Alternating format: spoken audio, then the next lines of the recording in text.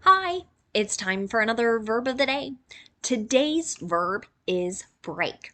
Let's take a look at some of the definitions or ways that we use this verb. The first way you might hear break used is to mean to make a moving vehicle slow down or stop by using a brake. So here in this definition, we can already see that there's a noun form of this word, and we'll be taking a look at that later. But we are using an object here to make something slow down. A second way you might hear break used is to mean to be slowed or stopped by what feels like a break or as if there is a physical thing slowing you down. So, with the second definition, the idea here is that a person or object or thing, something, right, is being slowed and it makes it feel as though there is something causing it to slow down. You should know that break is a regular verb.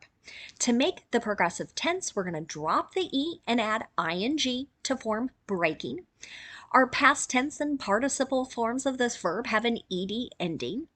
Our base verb, break, ends in an unvoiced K sound. So our past tense ending is going to make a T sound. Braked, braked. Okay. Now, before we move on, I want to note that there is a second verb in English, break, that has a completely different meaning, and it is an irregular verb. So I want to encourage us not to confuse those two things. I have talked about break before, and I'll link to that video in the comment section of this particular video. But that is something that certainly makes English more confusing.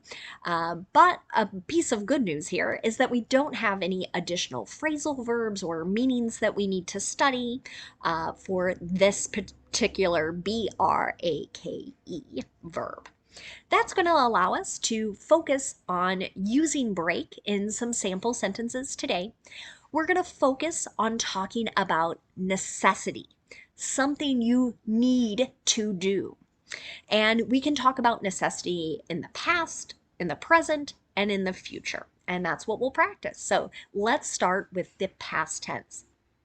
To do this, we are going to use what some books and teachers call a semi-modal, and that is the phrase have to and then our base verb. But because this is past tense, have is going to become had.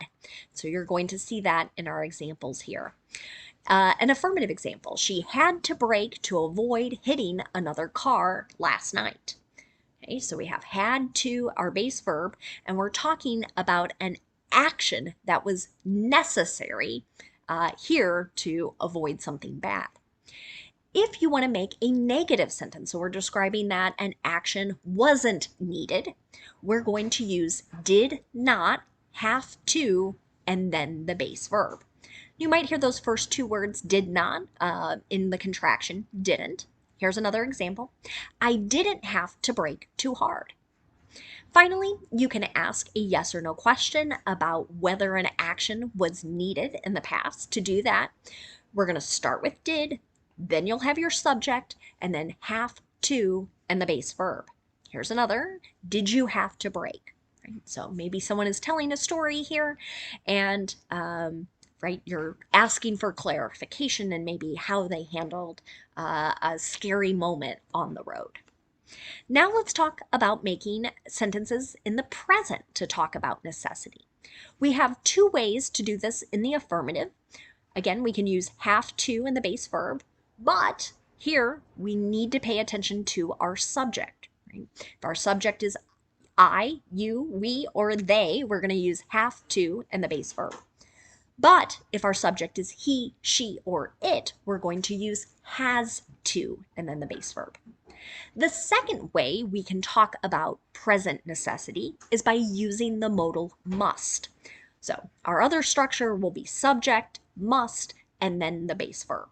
I have two example sentences here, but they really mean the same thing. You have to brake to avoid that deer.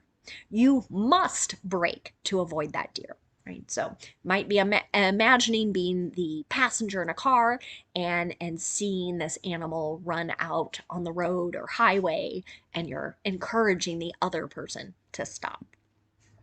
Now, if we want to talk about the negative form, right? So an action we don't think is necessary in the present, we're going to use the semi-modal, just it. We're not going to use the negative with must. So to do this, again, we've got to pay attention to our subject. If it's you, we, they, or I, we'll use do, not, have, to, and then the base verb. But if the subjects are he, she, or it, we'll use has, does not, have, to, and then the base verb. Here's another example. You don't have to brake before entering the roundabout. Right? So maybe this is a piece of advice someone is giving to someone else as they navigate a different kind of part of the road. Finally, we can ask questions about present necessity. And again, we have two ways we can do that. So we can use do or does, then our subject, then have to, and the base verb. You can see that in the example. Do we have to brake gently on slippery roads? Maybe this is a question a new driver is asking their driver's ed teacher. We can also ask a question using must. We can start with that modal, then we'll have our subject, and then the base verb. So this question has the exact same meaning as the last. Must we brake gently on slippery roads? Okay. Now let's look at future necessity. Again, we have two ways that we can express this in the affirmative. We can use will, have, to, and the base verb, or we can use must and the base verb. So present and future necessity with the modal must can look similar. What might be different is either the context, right? Is something happening right now? Or maybe there will be time signals or other indications that we're speaking about the future. So again, I've got two examples. They have the same meaning, just two different ways to say it. We will have to brake harder in this car, right? So maybe here we're telling someone they're going to have to physically press maybe an older car, older parts. We could also say we must brake harder in this car. If we want to talk about a negative action that isn't needed, here we'll use will, not, have to, and the base verb. An example, I won't have to brake sharply. Finally, we can ask yes or no questions about future necessity. And again, we have two ways we can do that. We can use will, then our subject, then have to, and the base verb, or we can use must, the subject, and the base verb. Here we go. Last examples. Will she have to brake early while going down that hill? Must she brake early while going down that hill? Right? So here someone's making a bit of a plan for how they're going to drive a particular route. Maybe it's new to them. Now let's just take a quick moment to look at some words and phrases related to our verb brake.